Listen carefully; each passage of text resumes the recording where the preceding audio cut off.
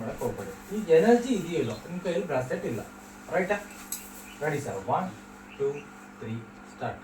Push ಮಾಡಿ, ಹಾಕಿ ಹಾಕಿ energy ಹಾಕಿ. Okay, ಇದೆಯಲ್ಲ energy ಇದೆಯಲ್ವ? ಇನ್ನು ಇದೆಯಲ್ಲ?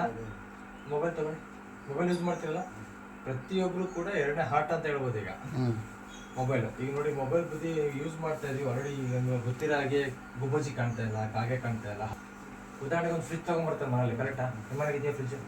ಇದೆಯಲ್ವಾ? ಏನು ತಂದಿರಾ? ಮನೆ ಇದ್ದಾಗ ಒಂದು ಫ್ರಿಜ್ ಬೇಕೇ ಬೇಕು. ಇದು ದೊಡ್ಡ ಮನೆ ಕಟ್ತೀರ ಅನ್ಕೊಳ್ರಿ, ಒಳಗಡೆ ಬಂದ ಲೇಡೀಸ್ ಏನ್ ಮಾಡ್ತಾರೆ, ನಿಮ್ಮ ಮಿಸ್ಸಸ್ ಕೇಳ್ತಾರೆ, ಇಷ್ಟು ದೊಡ್ಡ ಮನೆ ಕಟ್ಟಿದ್ಯಾ ಒಂದು ಫ್ರಿಜ್? ಆರೋಗ್ಯದ ಬಗ್ಗೆ ಕೇಳಲ್ಲ ಯಾರು ಕೂಡ, ಕರೆಕ್ಟ್ ಇದೆಯಲ್ಲ? ಸೊ ಹಂಗಾಗಿದೆ ಇವತ್ತು. ಮೊಬೈಲ್ ಎಡಿಷನ್ ಏನ್ ಮಾಡಿದೆ, ಮಕ್ಳ ಕೈಲಿ ಊಟ ಮಾಡ್ತಾ ಇಲ್ಲ ಅಂತ ಮಕ್ಳ ಕೈಲಿ ಇವತ್ತು ಮೊಬೈಲ್ ಕೊಟ್ಬಿಟ್ಟು ಊಟ ಮಾಡಿಸ್ತೀವಿ. ಹೋಗ್ತಾ ಇದೆ ನಮ್ಮ ಬಾಡಿಗೆ ಅಂತ ಗೊತ್ತಿಲ್ಲ, ಕರೆಕ್ಟು ಸರ್? ಮಕ್ಳು ಊಟ ಮಾಡಿ ಅಂತ ಕೊಡ್ತೀವಿ. ಎಷ್ಟು ಡೇಂಜರ್ ಇದೆ ಇವತ್ತು. ಮಕ್ಳು ನೋಡ್ತಾ ಇದ್ದಾರೆ, ವೈರಲ್ ಆಗ್ತಾ ಇದೆ ವಿಡಿಯೋಸ್ ಎಲ್ಲ, ಕೈ ಕಾಲ ಶೇಕ್ ಆಗ್ತದೆ.